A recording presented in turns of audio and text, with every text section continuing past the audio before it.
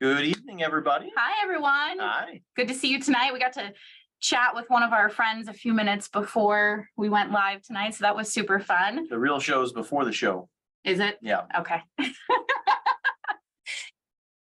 Lots of names I don't recognize. So welcome. We're excited to have you here tonight. I'm Elaine Stoggenberg. This is my husband, Nick Stoggenberg, which is always important, but particularly important because tonight we're going to talk about communication and particularly in a committed relationship. I have to share with you guys, sometimes we'll be like maybe meeting with a broker or a seller, just, having like a business meeting with someone new. And most people either know us and know that we're married, or they've like read the website, or they've figured out that we have the same last name. Like it's pretty obvious that we're married. But how many times per year would you say it happens that like midway through the meeting, someone is like, are you guys married to each other? It happens a crazy amount of times. Yes. We're like, yes, it would be very awkward if we were not. It'll probably happen in our noon meeting tomorrow. So. Oh, okay. Yeah. Okay. Yeah, we'll see. I'll have to like plan for that now. Clock at about 15 minutes in. She'll be like, wait, are you guys married? To each other? Yeah. So welcome. We're excited to have you all here tonight. Would love if you want to introduce yourself in the chat. Say your name, where you're from, what you're hoping to learn from tonight, just anything to build community. The times that we've had an opportunity to get you all together with each other are just so magical. And, we know how much you all have in common. And I think when you guys get to experience that, it's just a really fun experience. I was just in Austin last week doing Gary Keller's personal mastermind in person for the first time. That was really exciting. We've been participating virtually just because of travel schedules and kids and everything. But I finally said, I really want to get there in person and get to be in the same room as Gary Keller. And that was just really amazing. But really the icing on the cake on that trip was I got to get together with our Black Swan investors in Austin. I think we had 12 or 14 folks there, and just everyone was fast friends. And it's just so beautiful to see you all together, supporting each other, cheering each other on, learning from each other. So yeah, absolutely. Well, we will go ahead. Welcome, Seema. Thank you for joining. Nick, I also have a Nick with me. Nick from Nashville. Ooh. You're only Nick from Rochester. That doesn't have the alliteration, the same zip. So welcome, everyone. We will go ahead and get started. So we will share our screen here. All right, so here are our slides for tonight. So our topic for tonight is investing with your spouse, how strengthening your relationship will strengthen your investing strategy. And really, we have two parts here. So the first part of our talk is really just about general communication, whether you're married or not, in a business partnership with someone or not, colleagues, whatever, just general communication habits that we've developed over the years that we think have really been powerful in deepening our relationships.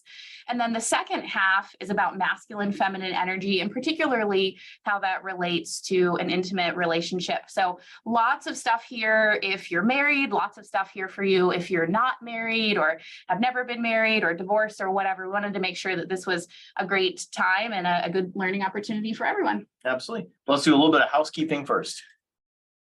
All right, so some announcements. K1s for our JVs have gone out, Fund 1 have gone out, Fund 2 have gone out. We sent those two ways to you guys. The first way was via safesendreturns.com. So you can just like search for that in your email and you would find it that way. The second way, probably the easiest at this point, is we've uploaded that to the Invest Next portal. So our JVs are not on the Invest Next portal, but Fund 1 and Fund 2 are. So you can just log into your portal and then go to the tax documents section and you'll be able to find that there both now and forever. It's kind of a nice place for record keeping. If you have any questions about your tax paperwork, reach out to Rachel. She can make sure that you get what you need. If you'd like to put your name on the wait list for Fund 3, I encourage you to do that as soon as you feel ready. blackswanfund3.com. No legal commitment or anything there. It just gets you on the wait list so that you can hear about the fund second. So it will first go out to our existing investors, second to the wait list, and then third to the public. And anything you want to share about our 6:30 p.m. conversations?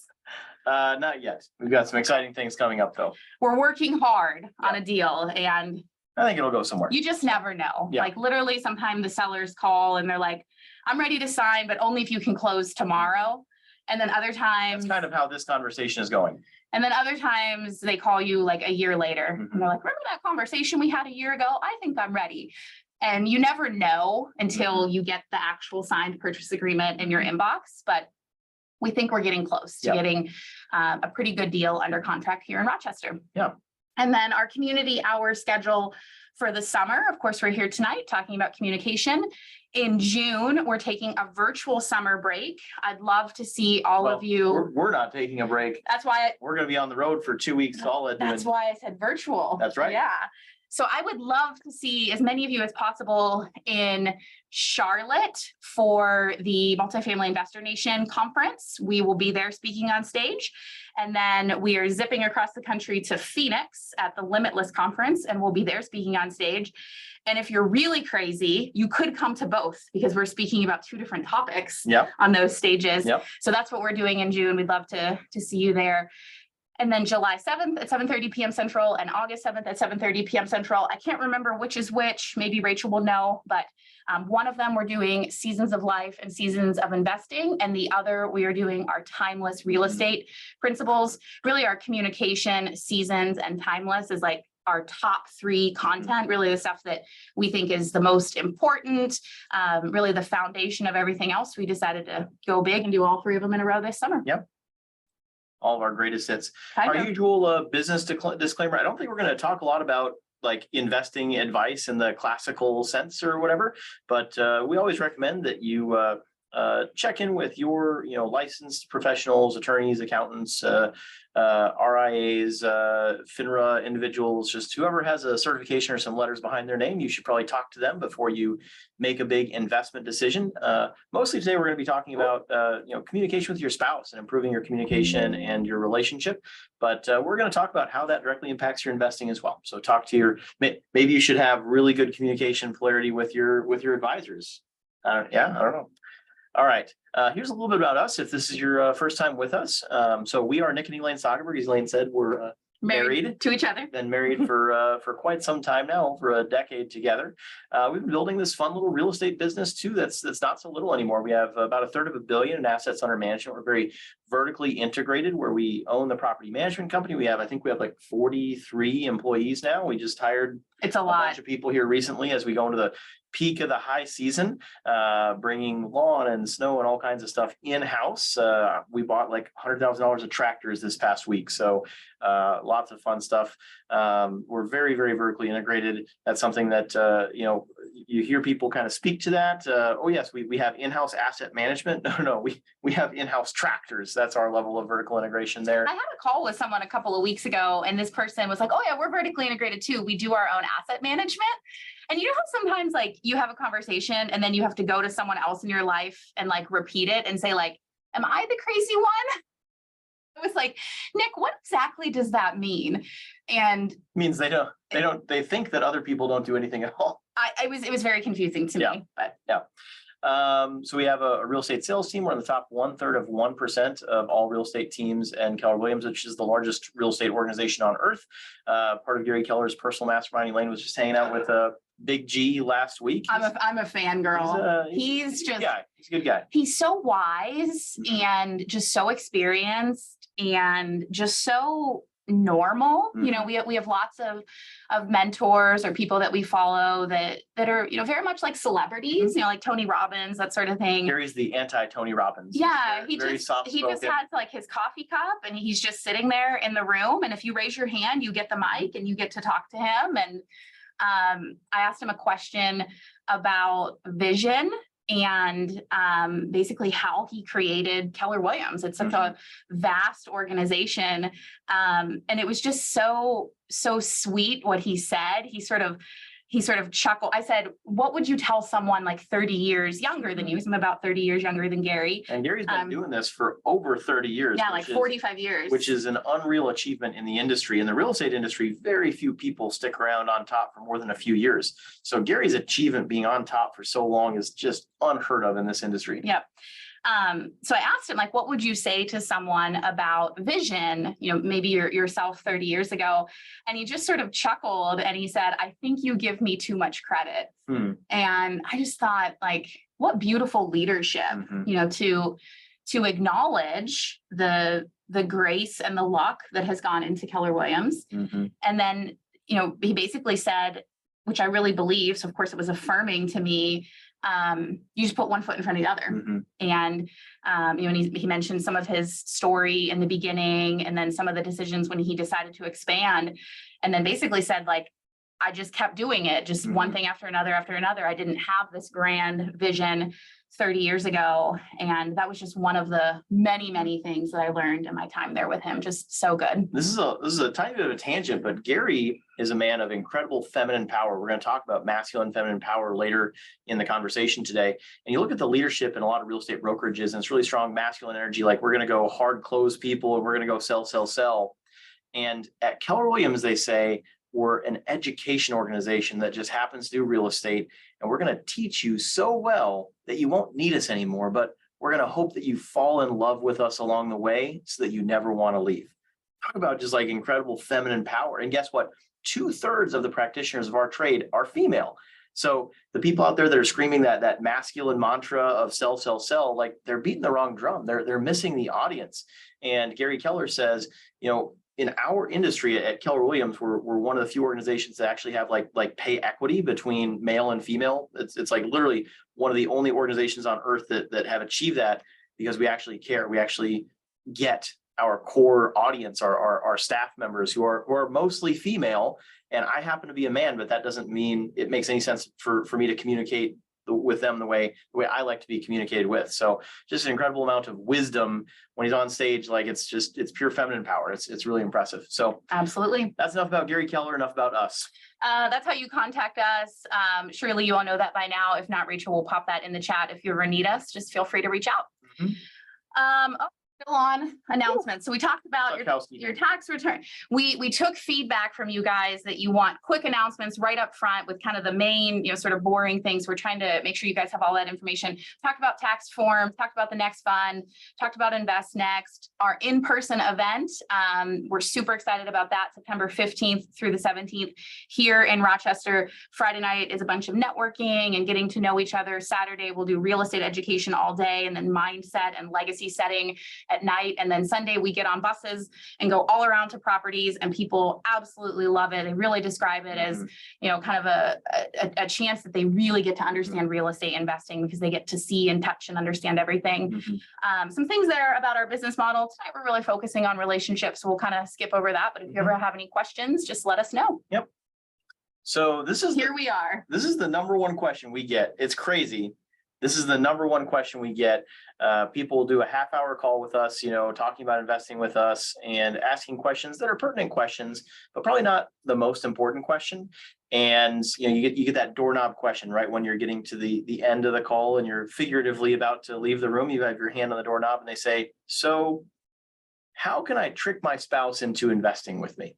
I'm so excited to move forward. I want to invest in your private equity fund. I want to go do my first short-term rental. I want to go buy my first, single family, long-term rental, but my spouse just isn't on board. How do I get my spouse on board?"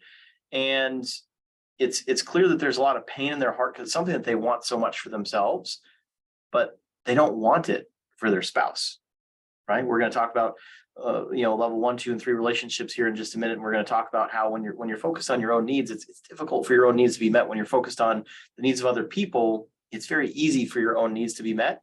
And I hope you all can see how just lost a person is before they even get started, when they're coming from this premise, when they're saying, how can I trick my spouse into getting on board? And we would probably posit it's like the number one thing that holds back most people in their real estate investment journey. Because even if imagine you have a rowboat and you've got 2 people rowing and the 2 of you aren't quite rowing in the same direction. You're just off by a little bit. You're going to go a lot slower, not like 5% slower. You're going to go like 50% slower, and you get frustrated. It's like, gosh, I know I could be going faster than this. I don't understand why I'm not going faster. It's just because you're not exactly rowing in the same direction. When you can get your spouse on board, when you can get them excited because you're meeting their needs in your real estate journey, that's when we've seen people explosively grow their portfolio, make huge life-changing decisions, quit their day job if that's their dream, or move across the country, or go buy an apartment building, whatever it is.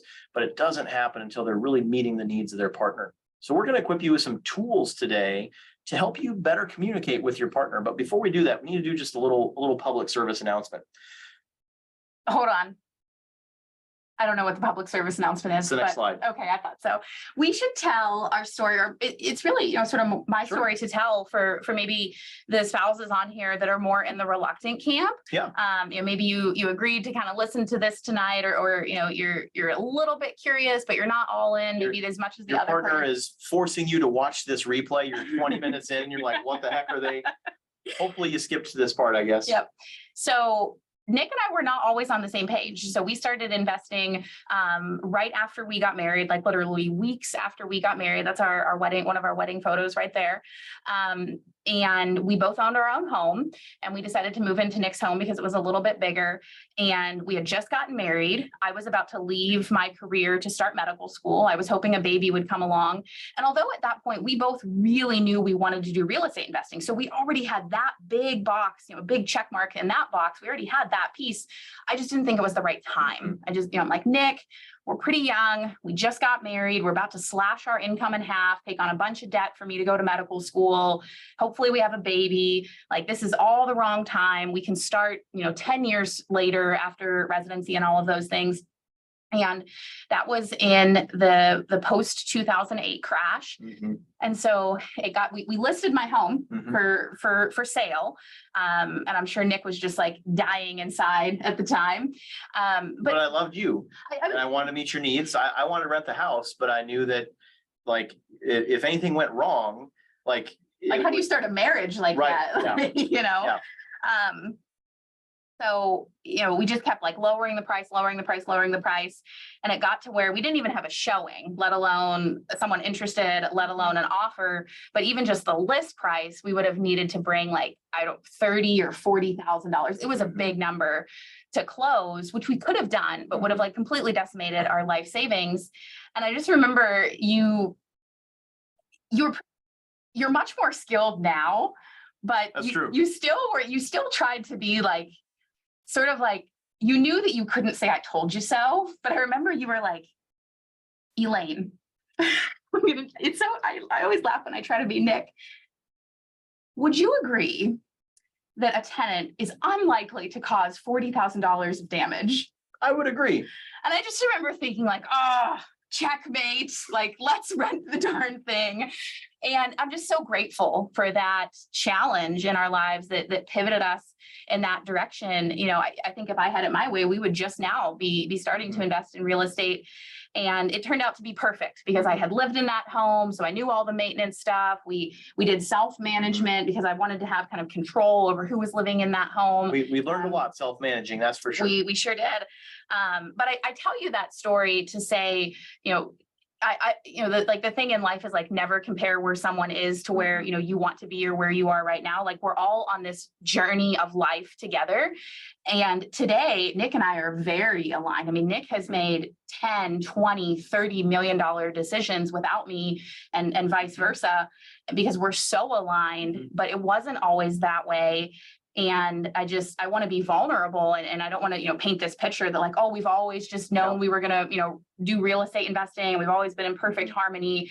I was thinking today when we were preparing, like, money, sex, and relationships, like those are the three most challenging topics. And then here we are, we're like bringing them all together. But just some storytelling there in case, you are the spouse that is maybe a little bit less excited about real estate investing, that's okay. And like, we're all on this journey. And if you're the spouse who is more excited, just know that, with time and with kind of the right set of environment, like your spouse might come along or your partner might be ready. What was the promise I made to you? Because I could have promised Elaine, hey, if we rent out this house, we're going to build an incredible empire and achieve financial freedom. But that would not have met Elaine's needs for me to project a vision that met my needs, right? So Elaine was very anxious about student loans, right? You heard that? So the commitment I made was, Elaine, if we rent this house out and it goes the way I think it can go, and that eventually becomes, another house and another house, one day we'll have the ability to just stroke a check and pay off your student loans. That's my commitment to you. I believe that is the end product of this journey. And Elaine, you thought that was bullshit. Oh, I thought it was bullshit for like 7 or 8 years. Yeah. I would tell you like once a year. So I'd be like, I don't know, Nick, you're working really hard. And Can like, we stroke that check yet? But eventually we did arrive. Yeah. So when you cast a bold vision, but you're not casting a vision that is salient to your audience, that makes sense to your audience, it's not a valuable vision to cast. I could scream from the hilltops about how I would love to create this legacy or dynasty or whatever, but that's meaningless when my wife is really worried about paying off her student loans, and rightfully so. I would say those roles continue to be like the case today. And Elaine, I'm like, oh yeah, we're gonna go acquire this amazing asset, and Elaine's like, well, let's make sure we don't run out of cash this year. Like let's make sure we don't run off a cliff as we're chasing this incredible dream. And so I think of Elaine as very much like my board of directors or chief risk officer, that she's constantly keeping her eye on risk to make sure that we don't run out of cash, that we're making really prudent investment decisions. I lean into these strengths that she brings to the table, and it would be very easy for me to push those things away and not only rob myself of that incredible wisdom that I frankly lack, but we'd end up on a different page and not rowing in the same direction. And the outcome is joyless without your spouse celebrating it. If you achieve something to spite your spouse, if you've got a chip on your shoulder about it, it will be a Pyrrhic victory at best. But when you can bring home the kill and your spouse celebrates it, like that moment of celebration is what makes it all worth it. So hopefully you can draw a little bit of solace and hopefully inspiration from our story that brought us here today. Absolutely. So yeah, we're going to give you a few tools that hopefully give you some communication superpowers. But first, just a little PSA that you cannot influence someone while you're judging them. And when you start to build up your muscle of emotional intelligence and understanding how to mirror people, how to understand people, how to meet their needs in a way that they maybe don't even understand they have those needs, that no one else can meet their needs, it's very easy to judge them. We're working with this person whose needs we want to meet, and Elaine and I were talking about it. We're saying this is a person who we think they have not been able to be as accomplished and as loved and as accepted as they want to be their whole life. And if we can just meet that need, we're going to be able to put together a win-win deal here. I mean, this is the exact conversation that we've been agonizing over all weekend, because we have this huge deal we're working on. And if we can just meet that need where they walk away from this thing feeling like they're the hero and everything, they're respected and loved and accepted, then they're going to say yes. It has nothing to do with money or purchase price or terms. It never does. But we're going to be able to meet their needs. And if for a moment we had any judgment in our hearts about this person because they had that need to be accepted or respected, we couldn't influence this person, even though we're not even talking to them. If we had even an ounce of judgment in our heart for that person, oh, well, they're so petty that they have this need, all of a sudden we shut down, we lose all of our power in that communication, in that relationship. And it's something that's really easy to do with your spouse, because you know all their weaknesses, right? You know what their needs are, and you can choose to judge them, or you can choose to love them. And if you love them instead of judging them, if you stay in curiosity and out of judgment, you're going to have limitless influence with the people who matter most in your life. Well said. Thanks. Well, good. We both want to talk about Simon Sinek, because I'm actually listening to Leaders Eat Last right now. That's the thing. We just love Simon Sinek. If you guys don't know who Simon Sinek is, get your hands all over his stuff. He is so good, such a thought leader, such a giver, really has influenced us a tremendous amount. All of his books are very good, but really the one that just totally changed everything for us is The Infinite Game by Simon Sinek. So kind of long story short, I really encourage you to get the book and listen to it or read it. A finite game is something like a game of baseball or a game of basketball. There's teams, there's a set of rules. You get on the court or on the field, you play that game until the buzzer's over. There's that many innings. There's a winner and there's a loser. And if there's a tie, then there's a mechanism to break the tie until there is a winner or loser. The game ends when a winner is declared. And that's great for things like basketball or football or, pastimes.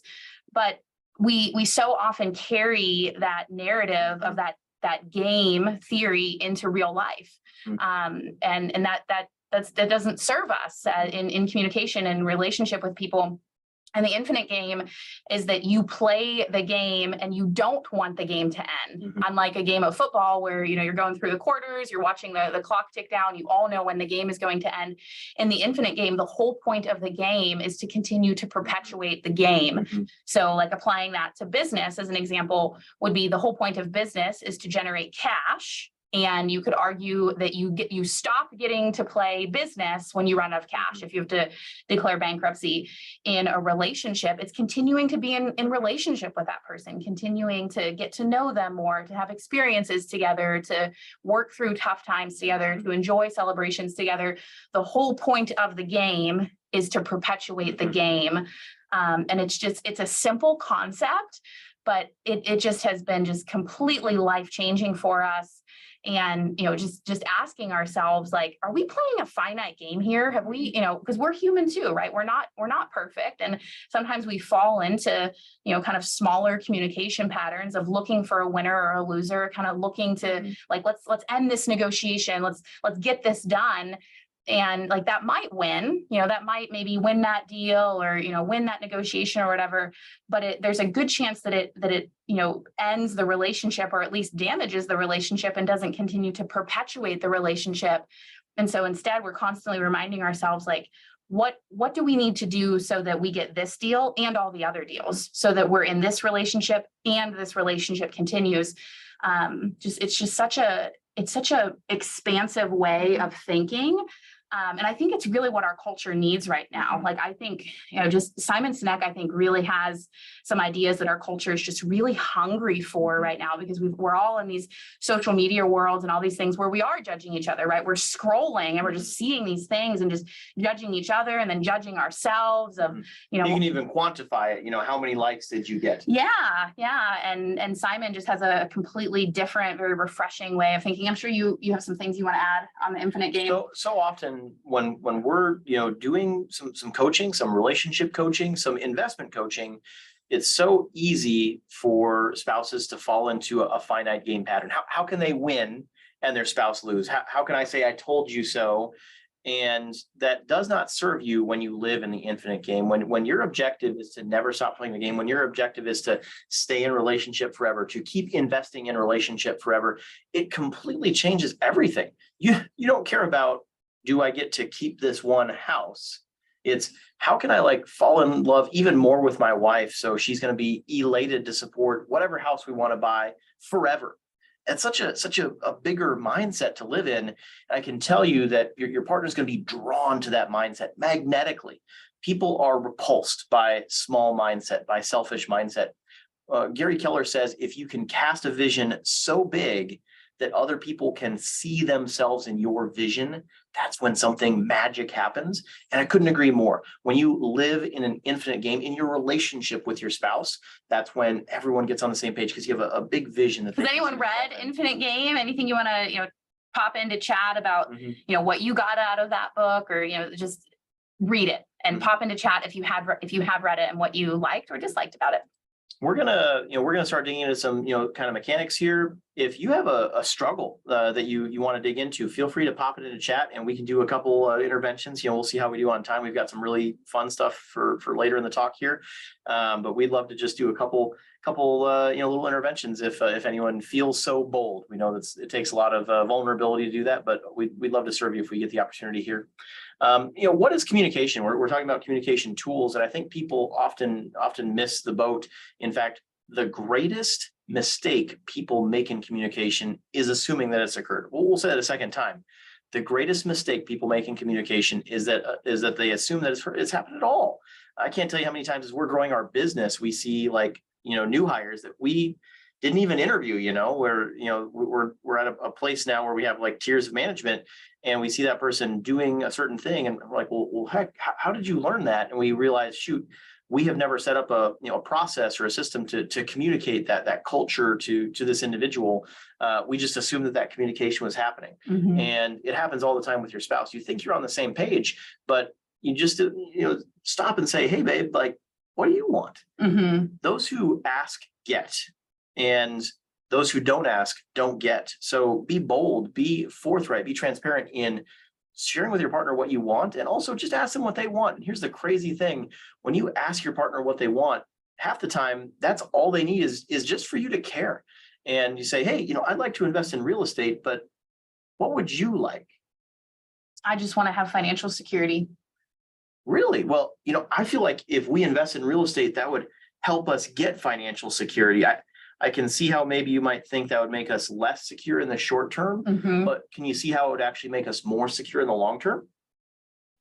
No, I really can't see that. It just feels so risky to me with like mortgages and like, what if stuff breaks or we have to put roofs on these things But right now we're just relying on like our two incomes. Yep. But I'm a doctor, I have like a really stable income. But if God forbid, we get into a car accident or something like that, all of a sudden our income goes away. But if we have multiple sources of income, that would provide additional financial security. But what about the mortgages? Well, the mortgages, they get paid by the rent, by the tenants who live in the houses. So we don't pay the mortgages, they pay the mortgages. And eventually they pay the mortgages off, and then we own all these houses. Have you ever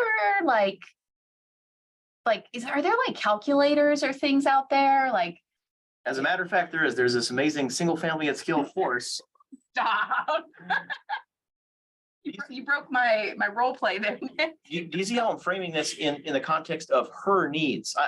I am making sure the communication occurs. I'm making sure that our minds meet, and I'm making sure that a win-win communication happens. Like if I just, the alternative to that would be, hey babe, guess what? We're buying rental property. We're going on this amazing adventure. We're going to be able to do anything. It's going to be super exciting. Like you are not on board with this thing, right? You get just deadpan. I'm so focused on myself that I'm failing to communicate in any way, shape, or form. And so of course she's not going to be on board. Of course, we're not going to be rowing in the same direction. But when you are relentlessly focused on meeting the needs of your counterparty in any communication you do, you're going to be very successful. The first thing I ask anybody when I communicate with them, if anyone here has had a phone call for me, the first thing I say is, did I catch you at a good time if I'm calling you? Because I want to make sure this meeting is happening on your terms, in a time, in a place, in a way that works well for you. And the second thing I ask is, what can I do to provide you with the most amount of value today? And I just write that thing down. It's not rocket science. Just ask your counterparty, what did they hope to achieve in your conversation today? Make sure that your minds meet and you're not just kind of rambling. We learned that from Erin Duckworth, yes, who may be on this call. She's a hero and an inspiration of ours, and just a really phenomenally skilled communicator. And she taught us that to start every meeting with, what can I do to provide you with the most value here? The thing that I would add about communication is, it is my belief, and I am coming to acknowledge that I'm maybe a little bit weird, but it is my belief that you can never communicate about communication too much. And at first it maybe seems a little bit weird, especially if maybe that's not how you were raised, or cultural beliefs, or maybe you're in a place in, whatever relationship that is, where there's been some damage over the years, and there's a kind of a lack of transparency or vulnerability at that point. So it can be weird to kind of check in on that communication of, well, what did you get out of our conversation? Or what do you understand about what we talked about here? Or it's, based on my understanding, these are the three things that we've agreed on. These are the few things that we were disagreeing on. Is that your understanding as well? Like the first, several dozen times that you communicate with someone in that fashion, it does feel a little bit awkward of like, well, I thought the conversation was over. Like, why are we sort of re-summarizing this? Or, do you have like an ulterior motive or those sorts of things? But then when you're in a pattern with that person where you're checking in with each other, and there's an opportunity for that person to say, that isn't quite what I thought we had agreed on, or that isn't really my feeling in this situation, then there's just this explosion of ability to communicate, because you're always checking on the communication. It's the principle of Overwatch. So you're doing the work and then you're checking the work. You're doing the work and then you're checking the work. And when you can get into a communication pattern with someone or whole teams of people that way, the amount that relationship or that team can accomplish just explodes. Yeah, you'll find it's such a superpower to communicate about communication that it might ambush people. And this again goes back to, you can't influence people while you're judging them. But the next time you're in a conversation that seems like it isn't going anywhere, just stop, just take a step back and say, what did you hope to achieve in our conversation today? Fellas out there, maybe you come home and your wife is just kind of bombarding you with what you feel like is a story that's not going anywhere, and you start trying to solve a problem or to take the conversation somewhere, and they get frustrated, and then you get frustrated that they're frustrated, and you take a step back and you go, well, babe, did you want me to help you solve a problem here, or did you just want me to understand how you feel? Just understand. Oh, I can solve it myself tomorrow, but I just need to get this steam off. Awesome. Well, I'm here to serve and support you. Like, all of a sudden you've diffused that whole conversation.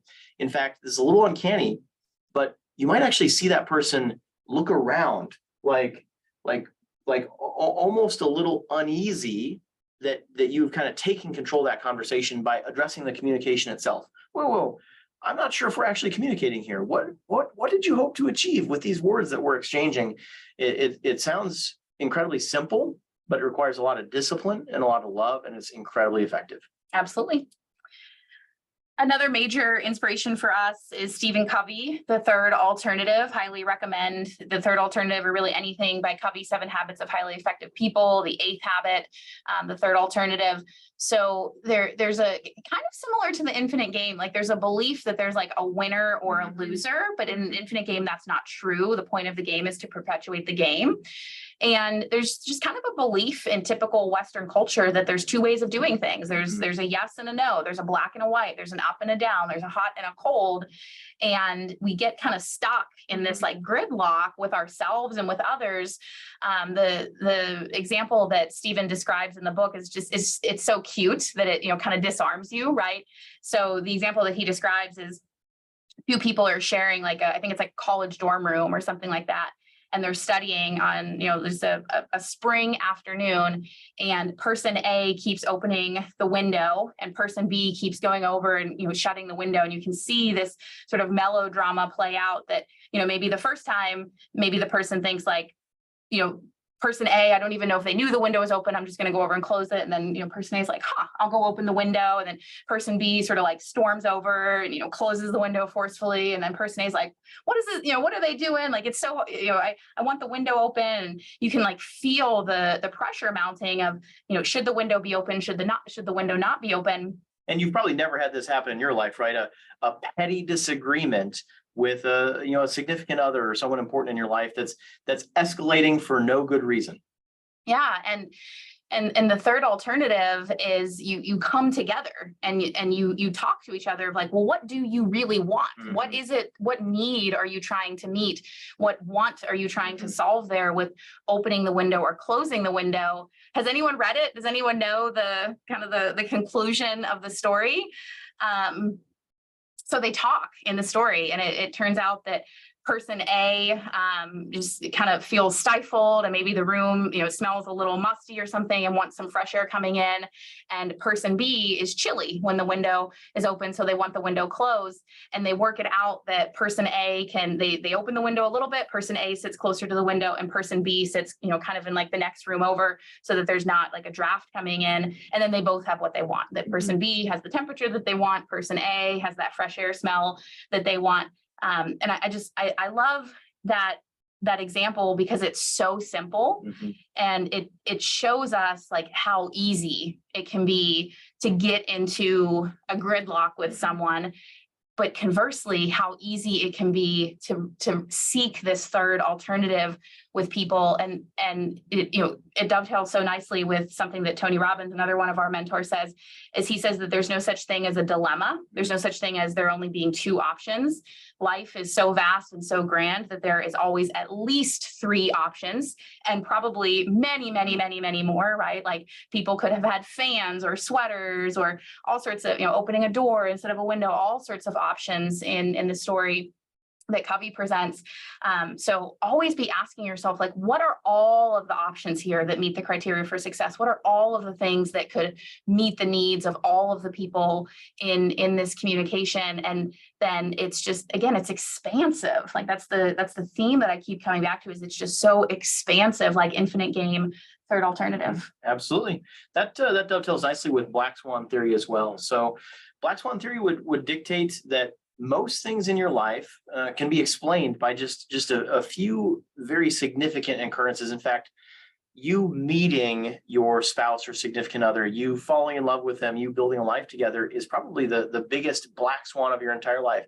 There's just a few big things, the one thing that changes everything. And they're hard to predict. In retrospect, well, of course I would have met Elaine or whoever your partner might be, but they're not really actually predictable events. You just have to lean into the serendipity, the beautiful chaos of life. And when you do that, you'll be incredibly successful. Chris Voss, in Never Split the Difference, kind of has fun with this concept. And he says in negotiation or communication, it's all about a search for what he calls black swans. These are the underlying drivers that are causing this person to be in a negotiation. And when you find those black swans, when you figure out what people's needs really are, all of a sudden all the posturing, all the time wasting BS of negotiation goes away. And we love this concept so much, we've named our company after it. So the third alternative, it's often a black swan. It's often something that you could have never predicted, but you have to seek out that thing. Mm-hmm. So maybe you really want to invest in real estate and your spouse, for whatever reason, isn't super interested in investing in real estate. You just need to figure out what need do they have that's not being met? And how can you align your incentives so that your interests, your goals, your visions, so that their needs are met at the same time your needs are met. And when that happens, like amazing things will happen unbelievably fast. You'll get 100x growth in a single year. It seemed absolutely impossible before. It's all about finding the black swan, the fundamental driver that's impulsing your partner. And when you do that, you'll tap into this incredible energy source that you didn't even know was there. One time we were working on a deal, and when there's the P&L comes through, and you generally want some explanation of where did that line item come from, or tell me more about that expense, or I see a big expense for windows, like what happened there? Was that proactive replacement, or was there a big hailstorm or something like that? So we asked for that information to better understand the P&L, and it was I don't know, probably like a page of text, within an email, but if you cut and pasted it to a Word document, maybe like a page of text. And somewhere in there, in that whole thing, it's like, yeah, we replaced the windows, and we have the roof, proactively examined, once a year. And this is the elevator expense, like all the routine stuff that goes with apartment buildings. And then somewhere in there, it said, this was a fee that was paid to the asset manager. You won't see that on this year's P&L because that person has died. That is the black swan. That's right. Like, who cares about the windows? Who cares about the elevator? Who cares about the lawn? Like, and we had to ask. We're like, why did this fee go away? And that was the answer. And all of a sudden, it all made sense. Why this asset was for sale, what their underlying motivations were, what their needs would be. This person who had been running the ship was unexpectedly no longer with us, and so they need to find a new owner. And all the emotions that potentially go with that hurried search. Yep. And so all of a sudden we could meet their needs at such a deeper level and say, it's our hypothesis, correct us if I'm wrong, but it's our hypothesis that maybe these are the needs that you have in an offer, and maybe these other things like aren't as important to you right now. Like, do we have that correct? Right? Always check on your communication. And the person said, yep, you're absolutely right. Like, how did you know that? And like, well, we read through everything. We saw that this critical person has passed away, and it just seems like that's probably more important than the elevator or the lawn or the snow or those things. Like, wow, like you really get it, right? Like when you seek to understand someone's needs, they are often just like stunned, because we're all humans and we all kind of get stuck in our own world, right? It doesn't make us good or bad, right or wrong. Like, it's just how our human minds work. And when we seek to understand the other party, and we seek to find what is the piece of data in this whole puzzle picture that is their beautiful life and all of the needs and wants and fears and desires and ups and downs that they have in their life, what do I think is like the most important piece of information, or what's the piece of information that kind of changes the whole story. That's what a black swan is. And then when you approach them from a place of abundance and service, I think this is the black swan. I could be wrong. You know, can we be in dialogue about that? But I think it is. There's just this, like, you could just see them almost relax because there's just, your meeting is two humans instead of, you know, two people negotiating on numbers or cap rate or, you know, whatever it is. Well, let's talk about meeting as humans. That's the science of building rapport. Rapport is not anything mysterious. For some reason, when I was a young person, I was not very good at building rapport. I was, different, grew up in kind of adverse circumstances. Nope. And I just felt like I didn't have much in common with a lot of people. But rapport it's a very simple activity. You just have to care about people. You just have to be authentic. You just have to ask them what their needs are. And you have to be like sincerely considerate of others. If you try to fake this, it will be very counterproductive. People hate inauthenticity. So this isn't a political statement, but how on earth could Donald Trump possibly have beaten Hillary Clinton? Donald Trump is a persona who evokes a lot of strong emotions and has a lot of beliefs that are kind of polarizing, and I'm going to say unpopular. And Hillary Clinton was kind of a centrist, and I'm going to say a little bit of a people pleaser in her approach to elections. And that's because Donald Trump, love him or hate him, you know exactly where he stands. You might even hate him for it, but you probably respect how free spoken he is about it, how transparent and authentic he is. And Hillary Clinton, you don't really know who the real her is. She's always trying to say the thing that's going to make you happy, that's going to make you like her. And that's repugnant to us. So building rapport is a simple exercise. You just have to care about people and be your authentic self. It doesn't matter if you have no common backgrounds whatsoever. It doesn't matter. We're all humans, and those are the things that matter most. And there's a great website, 36questionsinlove.com. Write that down. Yep. It's so good. New York Times. Yeah, it's fantastic. You can do it with your spouse, like at a dinner date or something. You might learn something about your spouse that you hadn't learned before. And eventually you'll master these questions. And the next time you're chatting with someone, you'll never be at a loss for words if there's kind of a skip in the beat in the conversation. And when you ask people questions that humanize yourself and humanize them and allow you to connect as human beings, you build rapport. The essence of influence is rapport plus certainty. So you have absolute conviction about a belief that you have, like, hey, I think we should, invest in real estate, babe. You can have absolute certainty about that. But if you don't have rapport, you will never have influence. So, you can come to our webinars and learn and grow your sense of certainty. But in order to have influence, you have to have rapport. So just love your partner, care about them, love them as a human being. There might be things that get on your nerves. This is just a sad thing that happens to marriages over time. There's nothing I do that has ever gotten on your nerves. That's mostly true, actually, now that you say that. But maybe the sound they make when they sip water or stub their toe, like it grates on your nerves. Like we allow these things to stack until we just don't see this person for the human being anymore. We see this person for the little irritations that have accrued over time. And it's never too late to fall in love all over again. It's a ton of fun to rediscover this person maybe you've been with for a long time. And when you're on the same page and you have that incredible rapport, whatever hard decision you need to make about investing in real estate is going to be a really easy conversation to have. 36 Questions in Love was created by the New York Times. It's really designed for people on like maybe a second or third date. But Nick and I did it for the first time. We were probably married 7 years or something like that. And we've done it about once a year since then. It can be used when you're first meeting someone. It can be used with friendships. There's a couple questions toward the end that maybe are more, suited for a romantic relationship. But the first 32 or 33, you can use with just a friend, or maybe you're meeting someone in a social club or a church club or something like that. They're just really interesting questions that you don't typically get in common life. Next, we're going to talk about serving without fear. And this can be a really challenging thing, I would say, particularly if you're the strong, feminine energy partner in the relationship. Rejection is something that is righteous to fear. But in order to serve someone effectively in a relationship, you have to serve without fear. You have to put yourself out there. You have to face the potential of rejection. Like, babe, I think we should invest in real estate. No. Oh, that hurt. Dagger to the heart. That was unbelievably brutal. So be unashamed of what you want. They're probably not going to do that, by the way. They're probably going to at least hear you out. And if you preface it by asking what they want, there's a exponentially greater chance that you're going to get what you want. But me saying, hey, babe, I think we should invest in real estate. How much more effective is that than, I have this friend. Well, they're not really a friend. I know them from the internet. I watch their things on Zoom and they invest in real estate and they're kind of crazy, but they think everyone should invest in real estate. And so, do you want to invest in real estate? Is that, can you go on right now? What are you even asking? Exactly. Be unashamed of what you want and ask for it, and you'll be very likely to get it.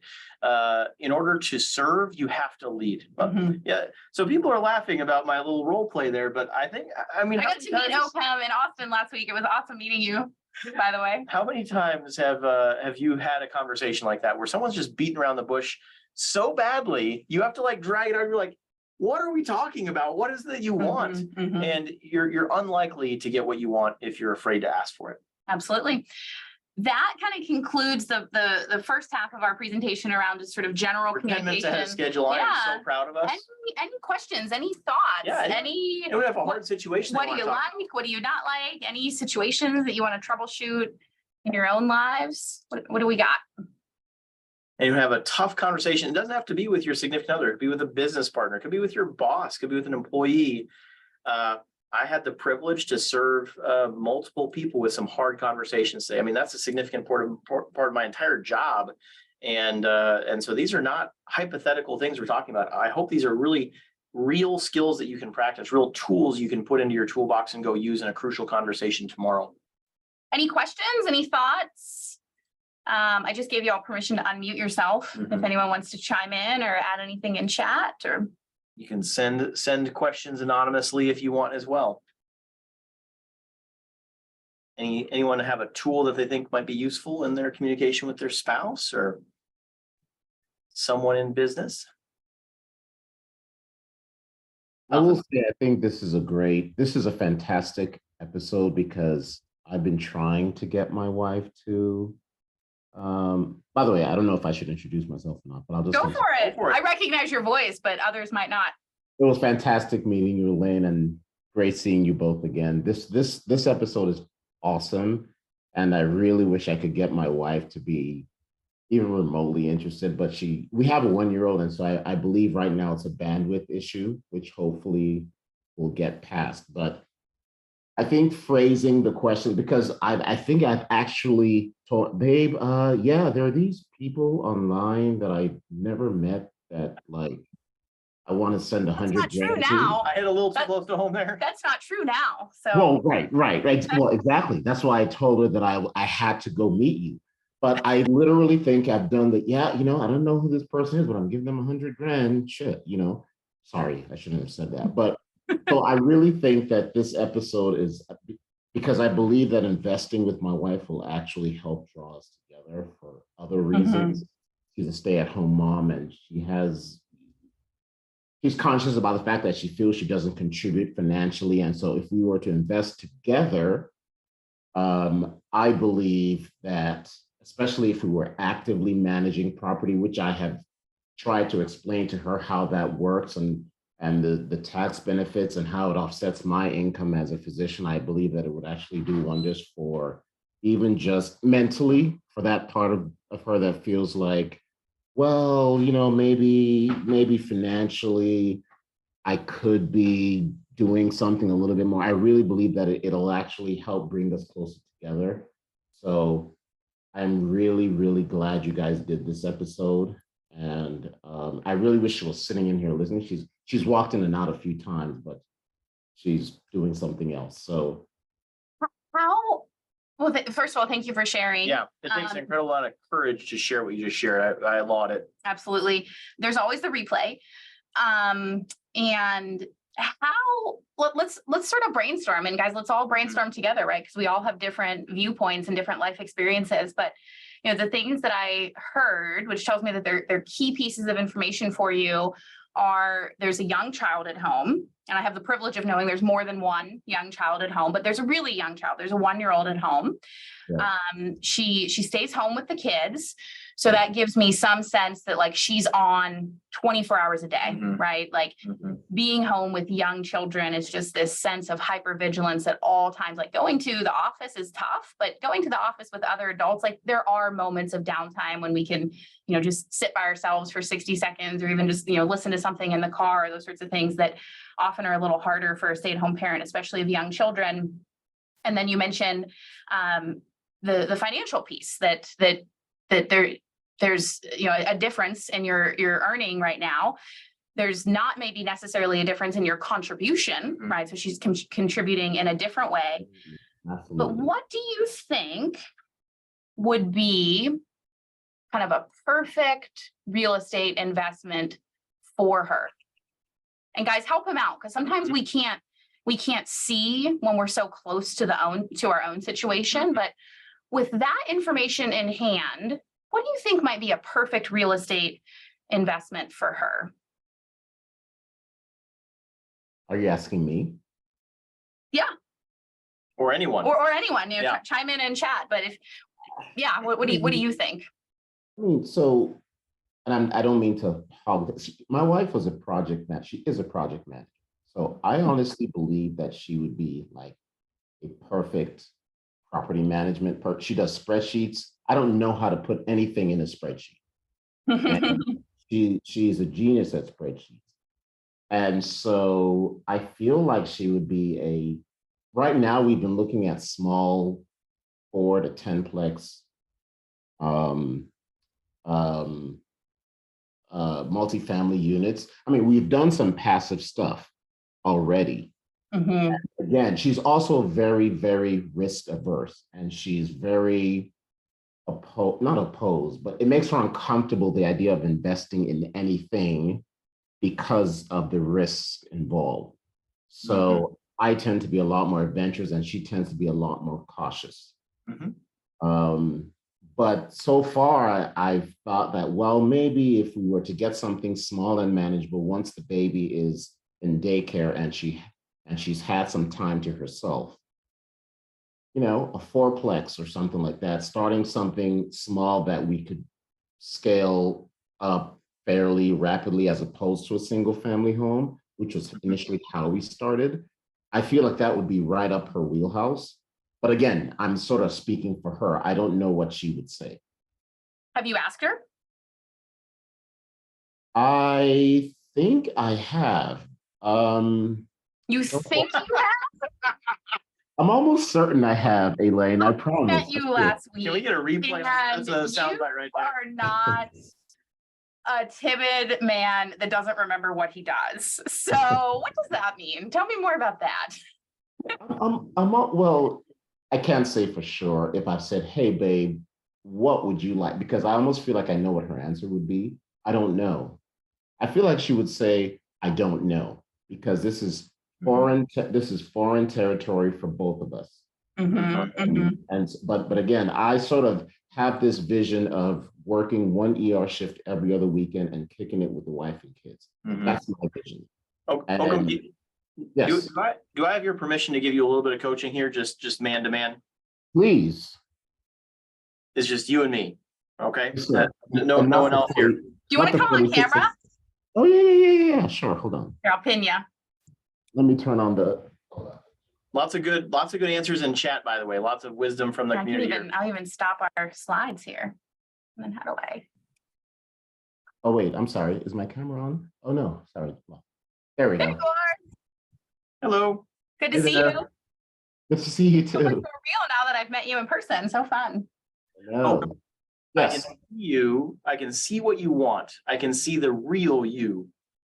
And I can feel you holding back. Like you're straining, you're like, I think I know what she wants. Like there's so much uncertainty, but it's uncertainty that you've created. You know that your wife wants to feel safe and secure, right? Yes, for sure. It's your job. What were you put on this earth to do as your wife's husband? Is to make your wife feel safe, is it not? Yes. Does your uncertainty make her feel safe, or does it make her feel unsafe? I mean, if those are the only two options, I would argue that it probably uncertainty would make her feel less safe than safe. That's right. So we live in a culture, from one man to another, that I think encourages you to hold back, to level out, to ease off. And in some parts of our life that might serve you. But in general, that does not serve you in your relationship with your spouse. If you know what your spouse's needs are and you know exactly how to meet them, you need to meet them with absolute certainty, with absolute power. Can you do me a favor? Can you just do this for me? Just do this. Just give it a try. Give it a try, man. All right. You say, baby, I know what you want. I want to give it to you. Right. Give it a try. These are not parlor tricks. You need to be full of certainty and conviction. Right. And when she feels that in her heart, when she feels that you will never give up on keeping her safe, she will go wherever you want to take her. Right. Does that make sense? Sure. Do you believe that could be true? I believe that she would go wherever I wanted to take her already, as it is. Then don't go back. Don't let your voice trail off. Baby, I think this is. I mean, maybe I may have given that impression. The only reason why is that, I, up until a year and a half ago, I was all in medicine. So this is a fairly new journey for me. And so there's that part as a physician venturing into something that I don't have all of the medical school and residency and clinical experience behind, where I'm just like, well, I can't say that I mean, now I'm 100% sure about it, but over the past year and a half to 2 years, it's been a gradual process. But if there's one thing she is my biggest advocate and fan. So she believes in what I believe in. And so it's also helping hey, babe, remember that person that I went and I saw at the steakhouse last week? That's the couple that I'm talking to right now. So she's bought into it. She believes it. And I think to any extent that I may portray uncertainty, it's that literally 2 years ago, I didn't know what a syndication was. 2 years ago, I didn't know that people did anything outside of clinical medicine. So this is all still fairly new for both of us. And I think that's all it is. But I will be more King Kong about it and try to beat my chest. Let's ask you a couple of questions. Yeah. So my first question was going to be have you asked her kind of what is a perfect investment for you, right? And some people, threw in some things here in the chat, like taking her to see properties, doing underwriting together, talking with people who have done it before, starting small, just all sorts of investing things. in passive investments so that it doesn't take time away from you and the kids. These are all options that you could present from the context of meeting her needs. So that was going to be my first question, but let me fast forward just a little bit because I got more information as you were talking with Nick. Then I heard you say that you've done some investments that you've enjoyed doing and you feel good. You're practicing this new skill set moving forward. And then I heard you say she's your biggest cheerleader and she's excited for you. Is there something more that you want? Is there something more that I want? The idea that I'm coming to is sometimes in relationships, both partners are doing a ton of stuff, whether it's real estate investing or some type of hobby or whatever, one partner wants the other one to do it with them, right? That's part of what brings a lot of the joy is I don't want to learn how to do horseback riding unless we're learning how to do horseback riding together. I wonder if for you, right, we're talking about meeting her needs and her desires, but I wonder if I'm honing in on, is it a need of yours that she do real estate investing with you? I never, I want that. I never necessarily looked at it as a need of mine, but I think it would be great because it would be one of the few things, if probably only things, that we actually could do together. She's a project manager. I'm a physician, and my goal is to be more present with my young kids and with my wife and travel and do all of that stuff. So passive income. And so something that we could do as a unit and as a couple would be something I would prefer or want. Yes, I never looked at it as a need of mine, but recently I've started to kind of think of it that way, only to the extent that I felt like it would be helpful for her, because I know that she is very, she buys something over $200. She calls me and says, "Hey babe, I spent," like, "Babe, you don't have to call me when you're spending money. Like, it's our money, you can do it." So I'm aware it's like a psychological thing for her. And I feel like if we did this together, then we would also liberate her to be like, "Hey, well, I'm going to buy that $5,000 purse because," or whatever. I mean, whatever the case may be. I've never considered it a need of mine, but it would be something that I really I want. And I feel like it's something that would probably be beneficial for us. And it would also be one of the few things that we do together, it as in like a genuine interest, because the truth is we really don't have too much in common, believe it or not. I mean, we love each other, but we really don't have tons in common. Yeah, I hear you there. Believe it or not, Nick and I also don't have a ton in common. And it really wasn't until we had children that we honestly really liked hanging out with each other, mostly because we both wanted to hang out with the kids. And we're like, well, I'm hanging out with them tonight. And Nick's like, well, I'm hanging out with them tonight too. So I guess we're going to hang out together. So I hear you there. What I'm wondering, and I don't really know, right? But what I'm wondering when I'm hearing, and again, thank you so much for sharing and for being so vulnerable, is I'm wondering if you both already have what you want, and you're maybe mistakenly believing that you need this other thing, right? And maybe we're even like perpetuating that myth of like investing with your spouse and getting your spouse on board. Maybe you are already investing with your spouse, and maybe she is already investing with you, in that you have the desire and maybe a little bit more of the bandwidth and a little bit more of the focus to do the learning and go to the webinars and do the underwriting and make the decisions. And she's your biggest cheerleader. And for you, doing the real estate investing part is exciting. And for her, supporting you is exciting. And you both have what you want, but you haven't quite agreed that you have what you want. Maybe you don't need the permission you think you need. And the narrative of, well, I want like something that we can do together.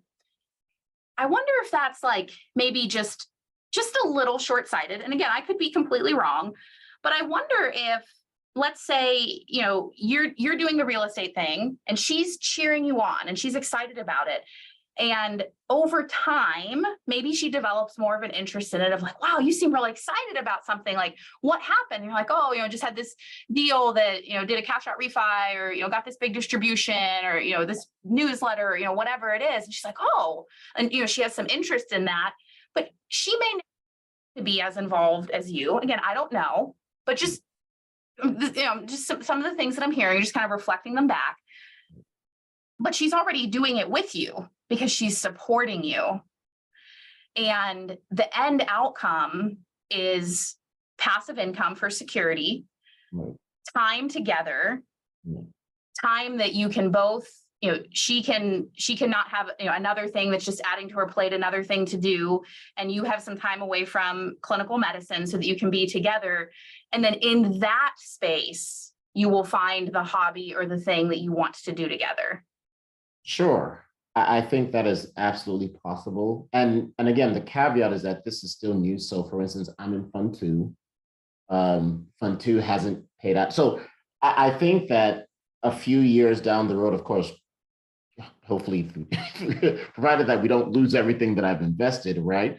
When there is some passive income coming in and it's like, oh, hey, babe, I'm only working a shift a week now and not three. Mhm.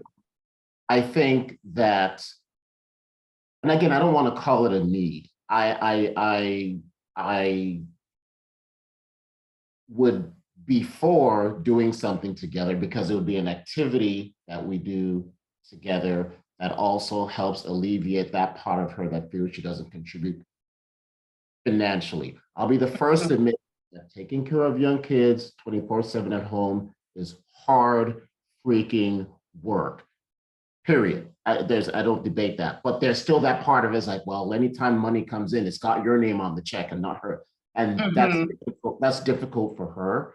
And so I just felt like if we were doing it together, and I was like, oh, hey, babe, we paid only 50 grand in taxes and not 500,000, whatever the case may be. Mhm. That would be it would be sort of a very obvious, oh, this is the financial part that I bring in just again for her sanity or for her Have you mental asked well-being. her if that is important to her?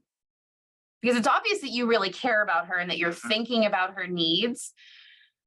Remember when we talked about like communicating about communicating? Have you Yeah, asked her, are these your needs? I think these are your needs. Are they your needs?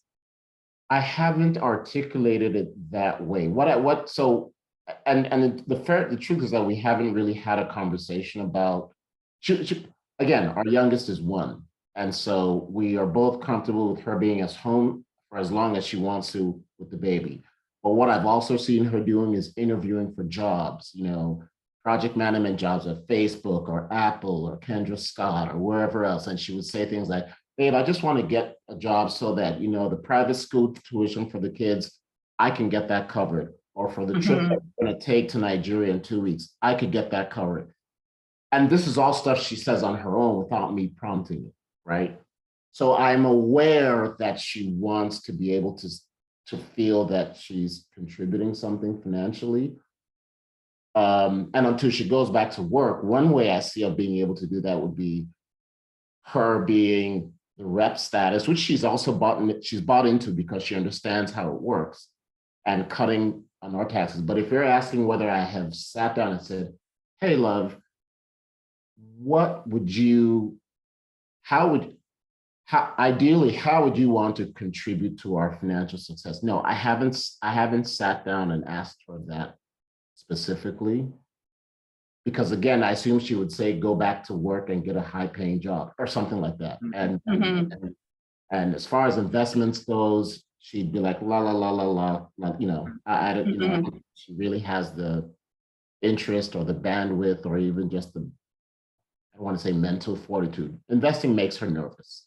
And she Mhm. said that to me on multiple occasions. And so Mhm. I'm more of the person that's like, oh, you know what, money, I believe will have it. Money kind of come, I could always work at, and Mhm. I know a lot of intelligent people that are investing in real estate. I understand the benefits.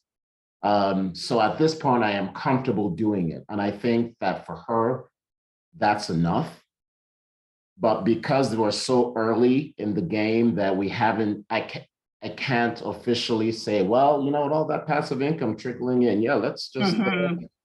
So I think that's all it is. It's just a matter of time. And I think to your point, 2 years down the road, when more of our passive investments are actually paying in, and we are doing nothing but chilling or taking vacations with the kids, and we're intentional about doing that. I think we may find that she really doesn't need to become a real estate professional. Um, I was just thinking about that because I was trying to get her involved in some way, but I certainly Mhm. haven't shoved it down her throat. I've just sort of thrown that out there, and she's okay with it. And I believe she'd also be great at it because she's great with spreadsheets and Mhm. analyzing stuff. And It's a I'm skill set that is that served very well in real estate. As soon as you work with your first contractor, you'll figure out that it's not a ubiquitous skill set in the real estate industry. That's right. That's right. She's great at it. She did it for years at her previous job. I don't mean to hog the thing. I don't know if No, anyone this- else this- wants to You're the hog, but- epitome, you're the reason why we're doing this whole webinar. It's just for you, Oakham. A question I would suggest for you and for everyone listening, whether it's your spouse talking about real estate, your kid, your boss, a coworker, your mom, whatever, ask people, what would a perfect be? Mhm. What would a perfect investment look like for you? What would a perfect involvement in our investment decisions look like for you? What would a perfect day look like for you, say 3 years from now, when the kids are a little older, there's a little more stability, everyone's out of diapers, we have some passive income coming in? Like, number one, it's super fun because you get all this dopamine and oxytocin and everything flowing. And then number two, we often, like, I don't know what's perfect for Nick because Nick often doesn't know what's perfect for him until he's had the chance to think through it.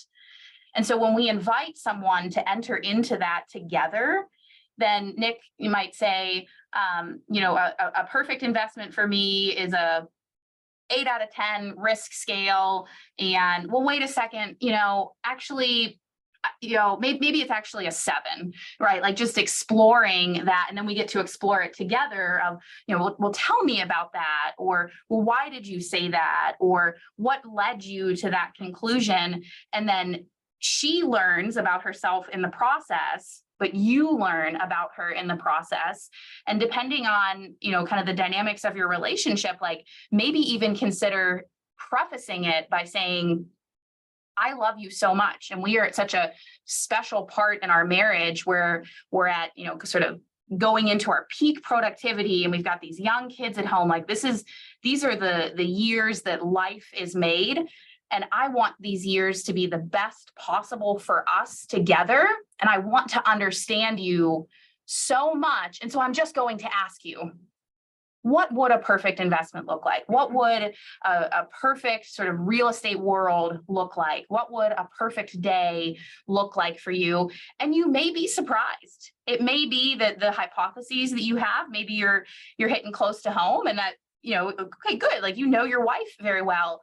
It may be that you learn information, you'll learn the black swans, right? I promise you'll learn the black swans of, maybe she says like, I don't, at this stage, like, I don't really want to do real estate investing. I want to focus on the kids and maybe getting back into my previous career, but I really want to cheer you on because I really get a lot of energy when I see that you're excited and I see that you're passionate about something. Maybe she says something completely different, right? Like I'm just throwing that out as a hypothesis based on what you've given to me about her, but you don't know until you ask.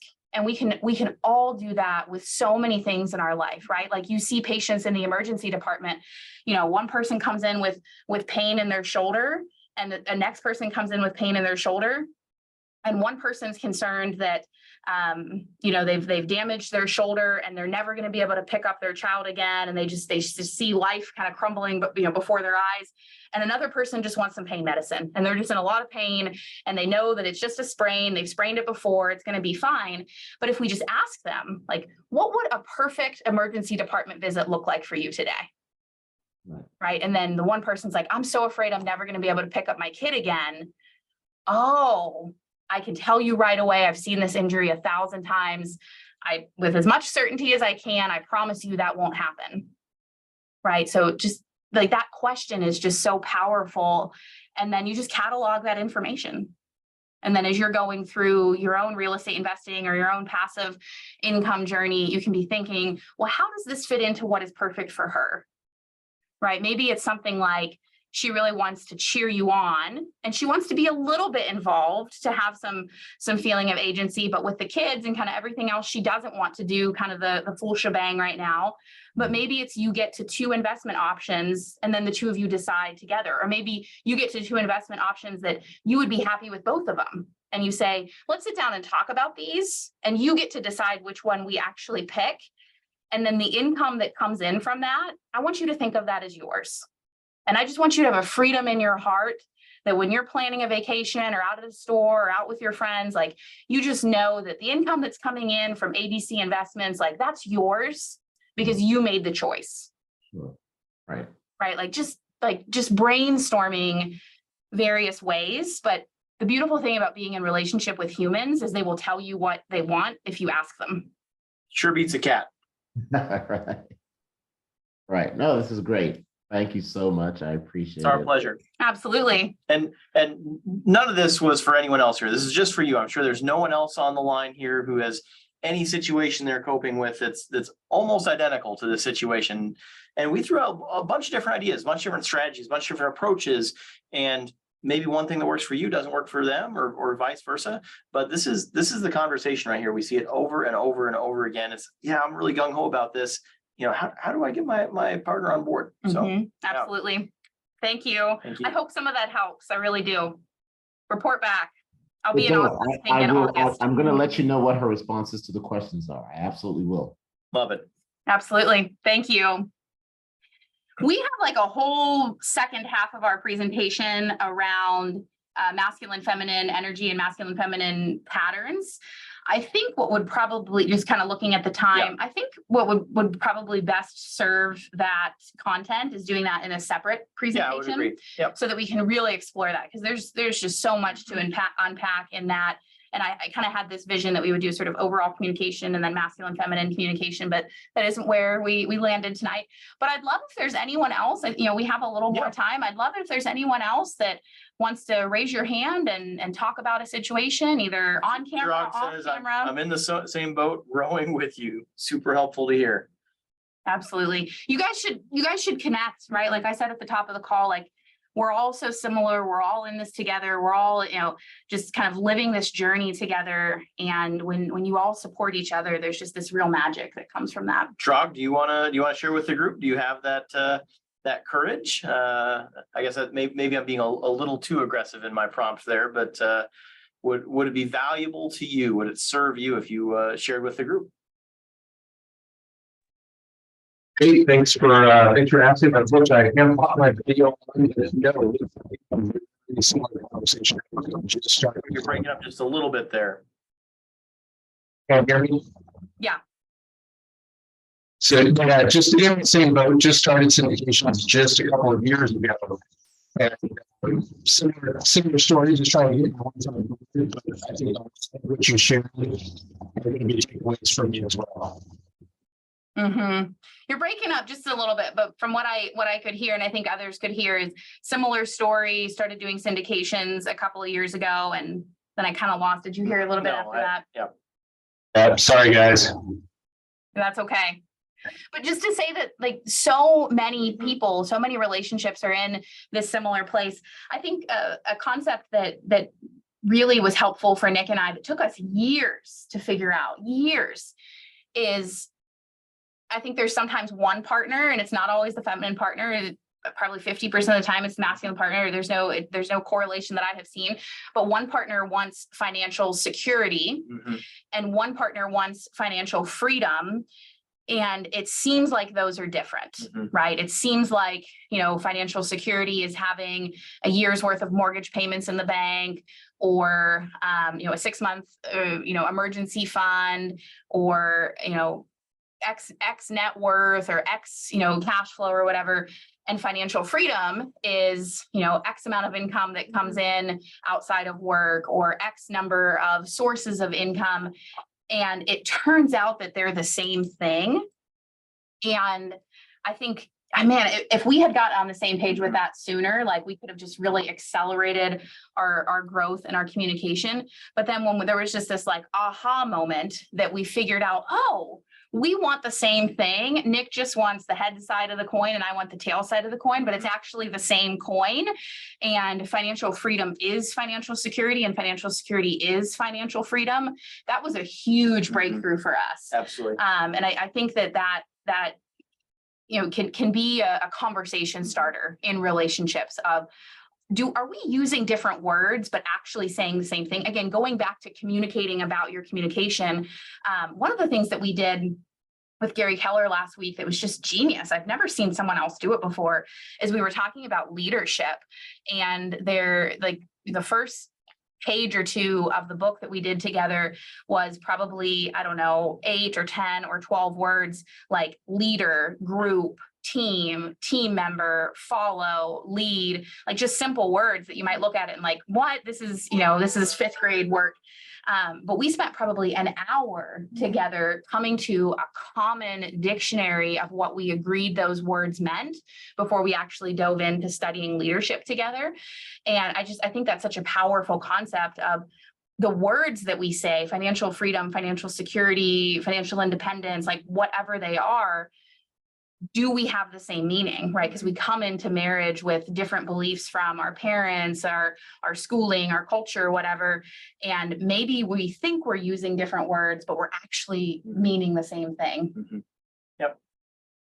Yeah. Anyone else want to chime in? We can do one last kind of situation to go through if anyone has a need. Loved everything we chatted with Oakham about there, and Chirag, if we get the mic situation squared away, we'd love to chat with you as well. But this is always the thing you guys want to talk about on private calls, which is okay. That's just what I said. It's totally fine. But anything that anyone want to talk about in the group? I just realized it's kind of a selfish thing because it's going to save us so many one-on-one calls here. We'll have to like send the link, like you must watch this video before doing a call. That's not true. We wouldn't do that. Yeah. Yeah, this is the most powerful source of energy you can ever have access to. And the flip side of this thing, the Stoic philosophy that the obstacle is the way. When you get on the same page as your spouse, like you just wake up in the morning, supercharged, just ready to go.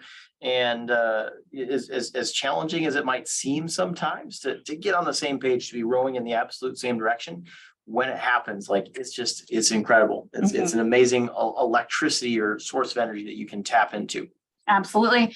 Well, why don't we call it a night with that? And in June, we will be at Multifamily Investor Nation Con in Charlotte, and we'll be at Limitless in Phoenix. And then in July, we will do the second part of this presentation where we really dive into masculine, feminine energy and communication inside of an intimate relationship, right? This first part, of course, we gave examples about, marriage and those sorts of things, but really these are just communication skills that you can use in any relationship that you're in. So we'll dive in deeper into intimate relationship communication in July, and then we'll push seasons back to August, and then we'll do Timeless probably in October, because in September we'll have our in-person event. So we are rounding out our content calendar for the whole year. For a state of the market after that. Yeah, absolutely.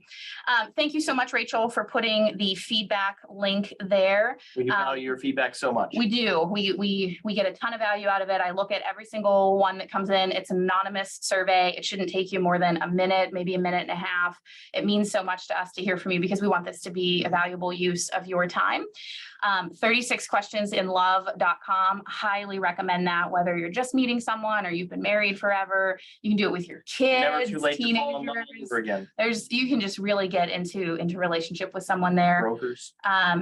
We love serving you. We love being in relationship with all of you. We love the privilege of getting to know many of you over these calls and in person, and the phone calls that we do privately. You can always book a time on our calendar if you need anything. Right now our calendars are blocked for the summer, but just because there's just so much going on. But feel free to reach out to Rachel and she'll give you a time on our calendars. I think that's about it. Anything? Nope, I think so. All right. Good night, everyone. Thank you so much. Thank you.